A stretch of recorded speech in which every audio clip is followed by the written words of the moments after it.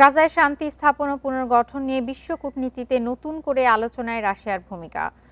সম্প্রতি ফিলিস্তিনি প্রেসিডেন্টের মস্কো সফরে বিষয়টি জোরালো হয়েছে। এদিকে শান্তি বোর্ডে $1 বিলিয়ন দেওয়ার প্রস্তাব রাশিয়ার, যে অর্থ আসবে যুক্তরাষ্ট্রে জব্দ থাকা রুশ সম্পদ থেকে। বিষয়টি অস্বস্তিতে ফেলেছে ওয়াশিংটনকে। গত 22 জানুয়ারি রাশিয়া সফরে যান ফিলিস্তিনের প্রেসিডেন্ট মাহমুদ আব্বাস। রুশ প্রেসিডেন্ট ভ্লাদিমির পুতিনের সঙ্গে বৈঠক করেন। দুদেশের স্বার্থ সংশ্লিষ্ট বিষয় নিয়ে আলোচনা হয়। বৈঠকে পুতিন বলেন, টেকসই শান্তির একমাত্র পথ পূর্ণাঙ্গ ও কার্যকর ফিলিস্তিন রাষ্ট্র প্রতিষ্ঠা।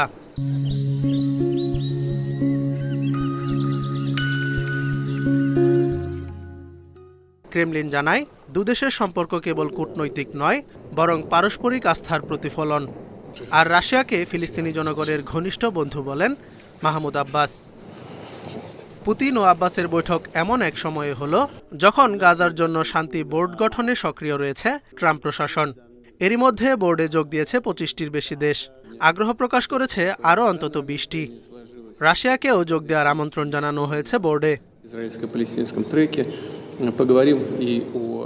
এরপরে আলোচনায় আসে গাজার শান্তি প্রক্রিয়ায় মস্কোর ভূমিকা।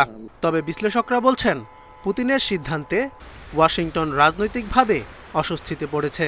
কারণ পুতিন বলেছেন, শান্তি বোর্ডে $1 বিলিয়ন দিতে প্রস্তুত রাশিয়া, তবে শর্ত হলো এই অর্থ দিতে হবে যুক্তরাষ্ট্রের জব্দ থাকা রুশ সম্পদ থেকে। বিশ্লেষকদের মতে এতে আইনি জটিলতা ও রাজনৈতিক চ্যালেঞ্জের সম্মুখীন ওয়াশিংটন।